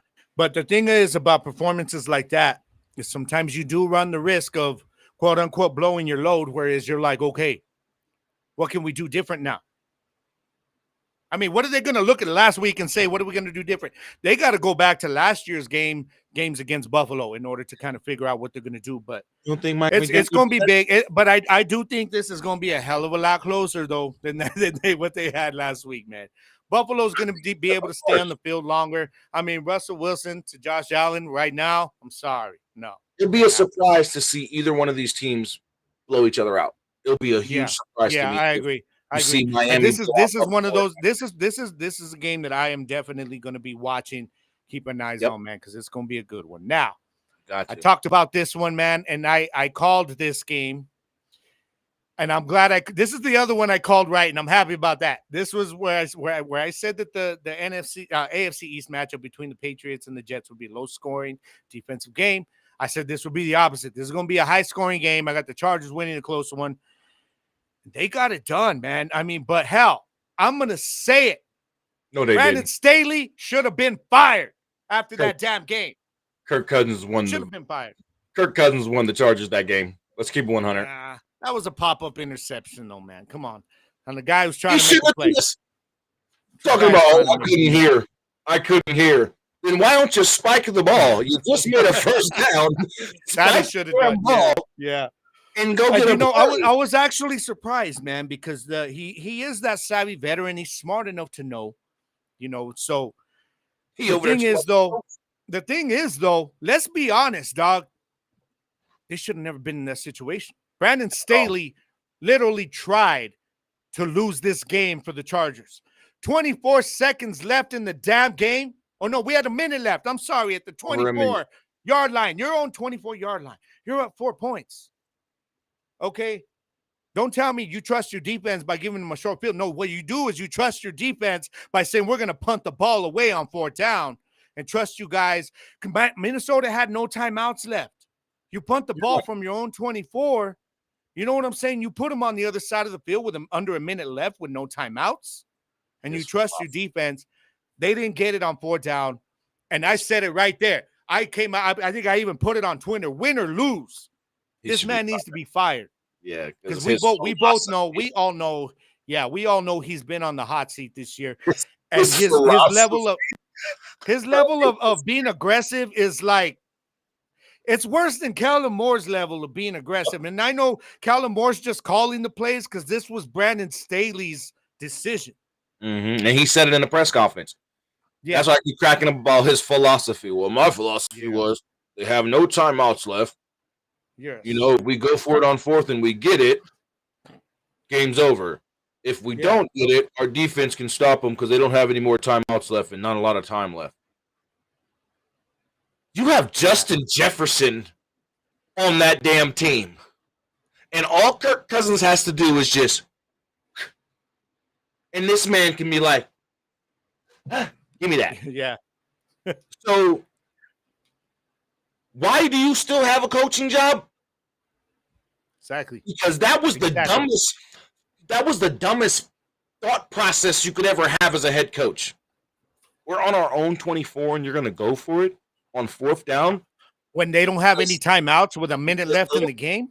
Because they don't have no timeouts. That's why you went for it. That's why you punt the shit. You punt the ball, pin them as deep as you can, even if they're on the 25-yard line. Even if it is a touchback. And they get the ball at the 25-yard line. They have a minute or less with no timeouts. It's funny, man. As soon as this game ended and they cut to the Fox studios, you normally see Jimmy Johnson very reserved. He'll kind of be cool about when he's being judgmental on the team and just kind of say, a little bit of excuses here, but that's all right. Hell no. Right. You could see he was like, his first thing he said, I don't care if they won the game. You just tried to be the reason for them losing it as a coach. That is the opposite of everything you are supposed to do as a coach. You are not supposed to put your team in a position to lose. You put them in the best position to win. And Jimmy Johnson was looking in the camera, and he's like, I don't know what you were doing, but that was not coaching. Face getting all red. Yeah, yeah. Wrestler was boiling, bro. He was so angry. You know he wanted to say. It was like he was like, I was mad that I had to watch that unfold like that, and that he wanted to say so many cuss words. He wanted to say so many cuss words because you could just tell he was so angry. Like it was genuine anger. Because it's like he went back into his coaching days. Like that's an insult to coaching. What you just did. Yeah. Like exactly. That was just pathetic. And you know, the defense bailed him out. And as much as I support Kirk Cousins and I like him, he helped in that. Yeah, you're right. You are right. He should have had the sense of mind to just spike the ball. Even Jimmy Johnson said it. Jimmy Johnson afterwards was like, Kurt, what are you doing? Spike the ball. You've got time on the clock. You know, don't try to force it. Don't try to force that ball in there. So Brandon Staley, I'm sorry. If they go, who do they got this week? Who we got? Okay, they got Vegas coming to town. We all know, but this rivalry, don't matter what the teams look like or the record. Vegas can very well walk out with a win in this game. If that happens, bro, at 1-3 with the expectations for this Chargers squad this year, I could see him being fired before mid-season. Yep, and Kellen Moore. I would have fired his ass after that damn game. I'm sorry. Kellen Moore going to end up getting a job, and then it's going to be all downhill from there. I'm just saying, because we know how Kellen Moore is. Yeah, man, we know. In the pass game. I'm telling you, man, people are blaming Kellen Moore for, you know, their defense, you know, giving up all these points. And I'm telling people it's not his fault. You know why? Because they knew they wanted this flow. They knew that he was this kind of coordinator, and they said, that's what we want. That's why I kept telling you he's perfect for Justin Herbert. Justin Herbert's that quarterback that can move the ball very fast in big chunks and get down and score fast. But they don't, you know, Justin run the ball. No, there's no clock management there at all. That's why they gave up. They wanted that. But that's why I'm saying it's not Kellen Moore's fault, because he's like, I'm just doing what y'all brought me here to do. You know what I mean? So what the defense does on Kellen Moore, because he's a damn offensive coordinator. You blame that crap on your dumbass head coach. Well, you know, that Miami game, it was kind of messed up, because that Miami game in week 1, the scoring does not show just how good the Chargers defense played at times in that game. Because there were times that they would have Miami punting twice in a row. You know, you got, you know, they're making interceptions. But the thing is, you know, you got the Kellen Moore offense out there where they're passing freaking the first 3 downs. They're passing on first down. It used to drive me crazy, bro. And I'm like, why the hell are we passing on first down? But that's what they were doing. So what you're doing is you're getting your defense back on the field fast. And that's the Kellen Moore effect. That's why we wanted him gone. But that's why I'm like, don't blame this man. You blame the people that brought him here, because they knew this was the kind of coordinator, the kind of system he ran. So and don't blame Brandon him Staley for struggles, because the defense don't have nothing to do with the offense. They're not out. They can't be on the field at the same damn time. So if the defense is giving up 20, 30, 35 points, Kellen Moore's job now is to put this offense in high power mode. And high power mode basically means we ain't running the ball unless it's there.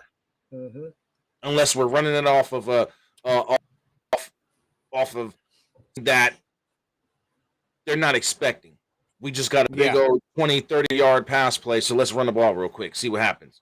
Oh, we only got 2 yards. All right, back to passing. That's Kellen Moore for you. And when the defense is struggling and they have to play catch up, oh, he's ready. He's ready. Launch that thing. First, second, and third down. So, you know, they just got to, like, Brandon Staley's not going to have a job for long. Kellen Moore's going to more than likely be the interim head coach by the end of the season. So I think you're right. I mean, that happens, the Chargers done for the season. But do you think it's Aiden O'Connell time in Las Vegas? You think the Raiders got to bring out Aiden O'Connell? I think it could be. It could be. I want to see how they look this week, man. I mean, they're definitely capable of being the Chargers.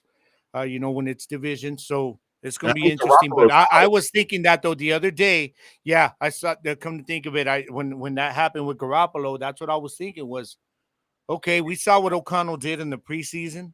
He looked good. Why not? There's not a lot of high expectations for the Raiders this year in terms of winning the division. So why not? You know what I mean? Give the dude a shot, man. Who knows? Did Maybe you he'll hear what have something Devontae there with Adams said? Devontae Adams. He might have Did something you with hear what Devontae Adams. Devontae Adams said? I did not. Devontae Adams is kind of pissed off. He said, I'm not waiting around. He said it. Yeah. I'm not waiting around. He said this on national TV this morning. I am not waiting around. He said, we're not doing the things on offense right to have a winning formula for the start of this season. And he said, I'm not waiting around. Basically, what I he's don't blame saying him. is, come get me. I do not blame him because he is at the tail end of his prime right now. So he's like, I want to go to a contender, a team that's trying to win now, but where I can not piggyback off that. I want to be the wide receiver one on a contender. And I don't blame him. I got to be honest. And that whole car thing fucked him up, man. It really did because he's not feeling it at all. They knew, and the Raiders knew. The Raiders knew what they were doing by having Carr kind of lure him over there. So that was kind of shady on their part, but that's business. That's the way it is. Yeah. It's the NFL. You know what I mean? But I don't blame him, man. But now I got to get to this one game I want to ask you about that we've got coming up this weekend, and it's the Week 4 game. Okay, New York Giants are at home against Seattle. Now, of course, we don't know yet about Barkley. He's going to have the extra day this week. I'm just going to be hypothetical here. If the Giants have Barkley, how do you see this game going down? Now, they're at home, Monday Night Football. They're going to lose. Even with Saquon. You think Geno going to come into town? And it's not just I will Geno. tell you, Geno. Okay, go on. Yeah, they're playing. They're playing well. If we've known anything about Pete Carroll's defense since he's been in Seattle, is he has run stoppers and big men on that defensive line. Saquon Barkley is going to have a struggle if he comes back against this defensive line, in my opinion. And you know what? And you know what? What's scary for that is if they bring him back too soon is that you still got Bobby Wagner plugging those holes, man. Like he's still at an elite level right now, man. And exactly. I don't see him coming back, but I still think they can't do what they did with Breida, even though he's not Barkley. You can't abandon the run. You can't. I mean, Seattle's going to allow you to keep this thing close because even with all those weapons, for some reason, they just still haven't got it together yet this season. Who knows? This could be the one where Seattle's offense finally gets back on to what we saw last year. But I think that Seattle will give them an opportunity to keep it close, but they cannot. Giants have to do what they did last year, bro. Win ugly. Run the ball. Commit to the run. I don't care if you're using design plays for Daniel Jones to run the ball to keep that clock going and keep their offense off the field. As long as you do something to where you're in it at the end and give your defense a chance to put you in a position to win because you've got a good kicker there.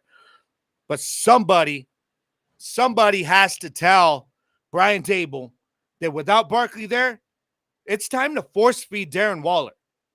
You have to. I don't care. Start running some screens because he's not getting open. He's not getting open there. Run some screens. But in this past game, he tried. This past week, Daniel Jones was going to Darren Waller a lot. And Darren Waller just wasn't making plays. Yeah. I'm going to just call. He's not getting open, man. Me and you talked about this last week. Like he was open in this past game, bro. Even when I watched it, Darren Waller was open a lot of times. And he just did not catch the ball right in his hands. So I get where you're coming from, but in a way, this past week, Brian Daboll did just exactly what you said. Get Waller the ball. Daniel Jones did everything he could to get that man the ball, and Waller just was not making the plays. He was just not making the plays. He was not making the catch.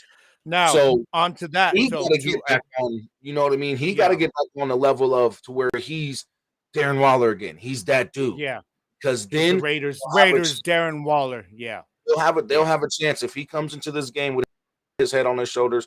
You know what I mean? And he's ready to go, and his hands are working. Hell, give him some grip boost. because he can't catch. Where's Destroy? And he needs some grip boost. He's not catching the ball, man. Right in his hands, bro. So like, that hurt the Giants this past week really bad. Yeah. Now the another thing I think they're not doing enough. Another thing I think they didn't do enough, and this is what without Barkley there, you need some help for your running back, right? So what helps that the past game? I think from the beginning, man, I don't care how many shots you got to take. Start sending Jalen Hyatt down the field more often. Yes, please. That's what he specializes in, is taking the top off of that defense, making your safeties and your linebackers back up. That's how you open up your running game for Breida. That's the only way it's going to happen, and I didn't let Breida eat. Let him eat. Yeah. If you watched how he played in that Cardinals game, bro, he came in, and when he did get them big runs, it was because they just ran a play and he followed his blocks. Yeah. You know what I mean? He ran the play, followed his blocks, and just did the rest. Let that man eat. Let him show you why you drafted him or signed him.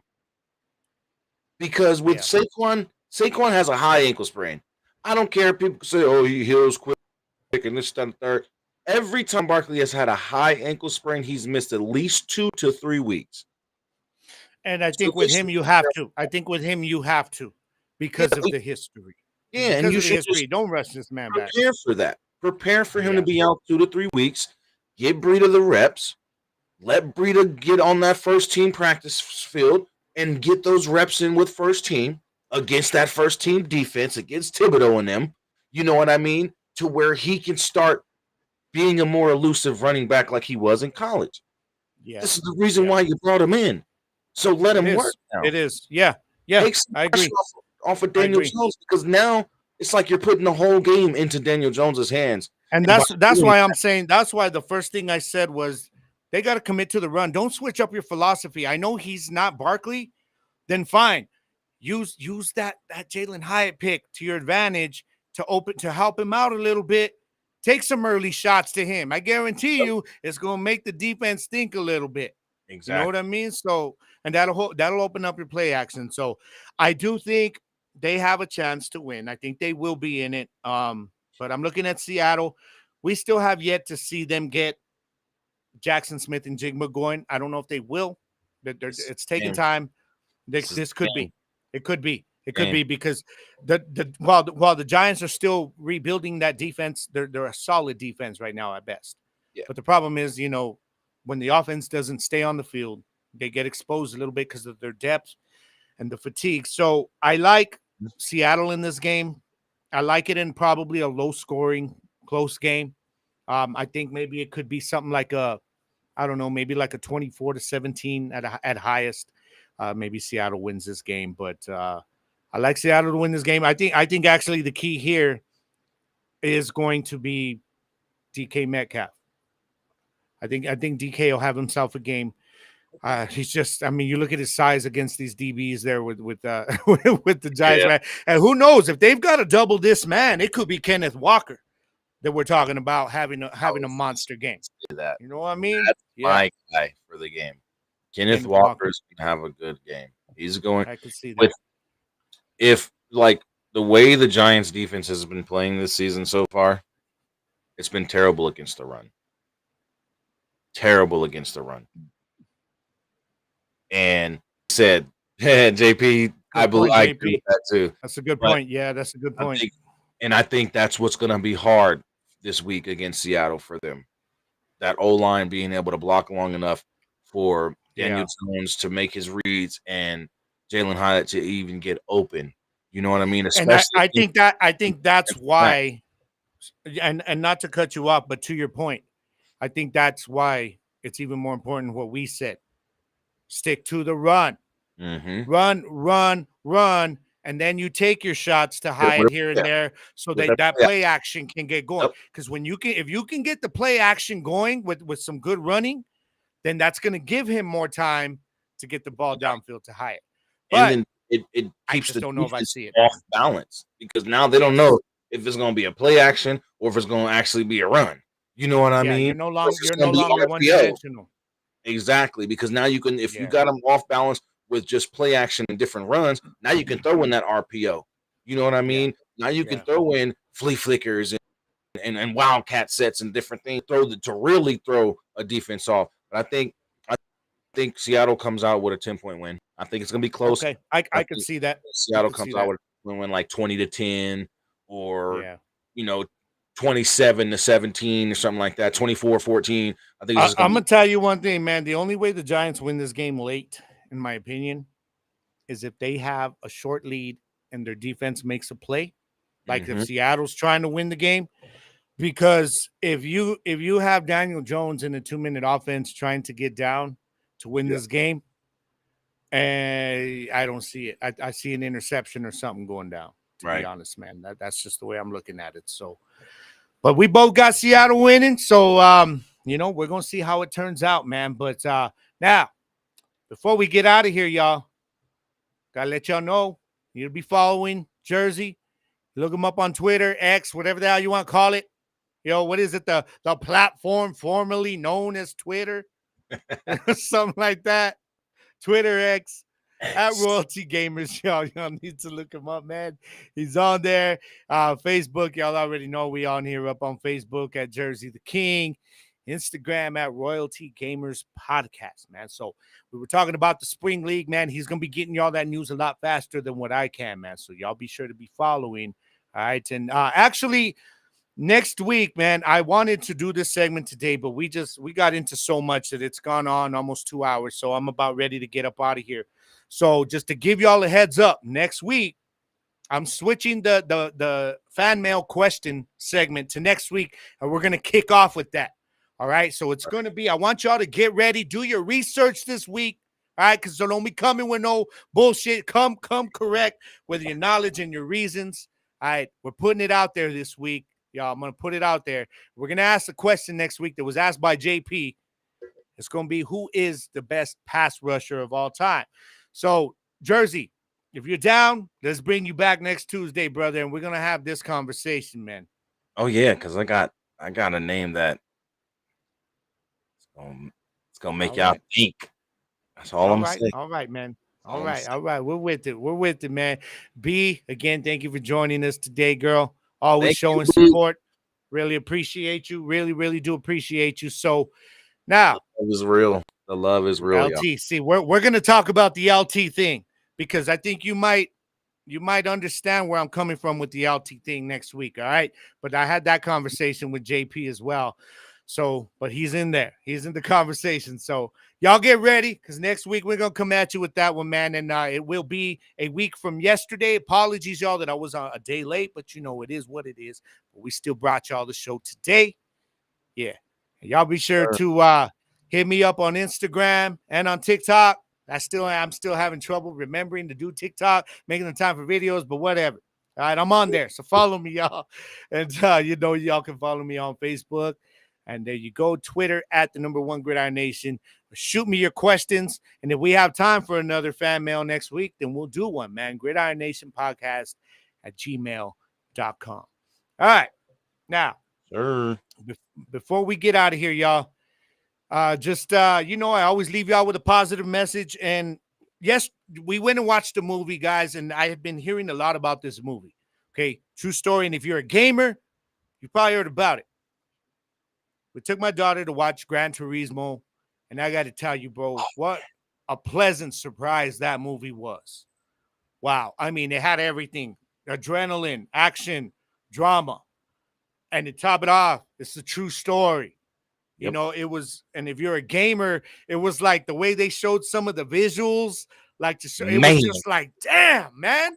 Like, guys, this movie has flown. I don't know how it's flown under the radar. But anytime I've seen people talking about it, they're like, y'all need to go watch this movie. It's a hell of a movie. It's legit. And I'm telling you guys, go watch this movie, okay? You'll be inspired by the story, and it's kind of inspired my message for today. And it's basically that I want y'all to always, no matter what you're going through, no matter what kind of negativity people are bringing you, no matter what kind of adversity you're facing, a new job, or you got some obstacle in your way right now in life going down. I don't care what anybody says. If nobody else believes in you, all right, the only person that you need to believe in you when you're facing any kind of bullshit is yourself.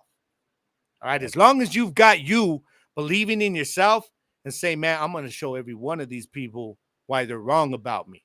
Instead of taking that whole like, damn, nobody believes in me. Turn around, you tell them, all right, bet. It's on. And I'm about to show y'all why you need to believe in me. And the best part is a lot of us have a support system in place, whether it's your lady, whether it's your family. When you have that, that makes it even stronger. And just remember, y'all, that if you've got people that believe in you, no matter what it is you're trying to do, like we got people, bro, that mean you believe in what we're doing here. You know what I mean? With this format right here. And if they believe in you, y'all, make sure that you love them for that. And you let them know that you appreciate that. You know what I mean? You just tell them, hey, you know what? Out of nowhere, thank you. Thank you for supporting me, believing in me. You know what I mean? Because while you believe in yourself is the most important thing, having that extra person who gives you that who has your back, you know what I mean? And says, fuck everybody else. You can do this shit. That's more valuable than a lot of people realize, man. Would you agree? Damn sure is, man. And I live by that same type of, motto. If nobody else believes in me, as long as I believe in myself, I can do anything I want. That's and it. It's just a plus to have those there to support and believe in me as well. So definitely agree with this message, bro, because I live by it. It's an everyday thing for me. Every day I wake up, I tell myself it's going to be a great day every single day, just to get myself going, and it helps because even when something negative happens, I still look at the positives that could come from that negative, so I'm always trying to turn. You flip it. Definitely. I'm always trying to turn the negative. All right, I live and learn. Yeah. Exactly. That's exactly. I lived and learned from it. Or, you know what? This isn't as bad as what I thought it could actually be. Because now, look, with this happening, now this is happening. You know what I mean? So, you have to look at it a different way. It's kind of a reverse psychology thing. That happens throughout your day. Don't let it deter your day completely. Adversity breeds strength if you allow it to. Mm-hmm. That's the way it is, man. So don't stop believing in yourselves, guys. Anything you want to do, no matter your age, look at me. I'm going back to school. No matter what anybody tells you, man. If you believe you can do it, you go ahead and do it. We believe in you no matter what, man. And thank you guys for joining us today. I know the show went a bit long, but you know what? I don't care because this shit was fun. Jerzey, thank you, my brother. As always, man. As always. Always, brother. This was a good one, brother. This was a good one, man. So, it was fun. Yes, sir. Yes, sir. It was. And we're going to do it again Saturday, y'all. So be sure to catch the gridiron this Saturday. All right? Every Saturday, we're both on there. The Gridiron Show with Jerzey the King and with your boy OG Double G. Got the name courtesy of Angel. Appreciate you, bro. Saturdays at 11 a.m. Mountain Time. That's out here in my neck of the woods, y'all. So if you're somewhere else in a different time zone, then please adjust to that mountain time accordingly. Next week, man, I told you I will be back on Tuesday at 6 p.m. and I will have Jerzey with me. We're going to talk some more football. We're going to have some fun. We're going to have some laughs. We're going to argue, and then we're going to still laugh about it afterwards because that's how we do it here, man. That's how we do it, baby. Solid Kaepernick got the Super Bowl.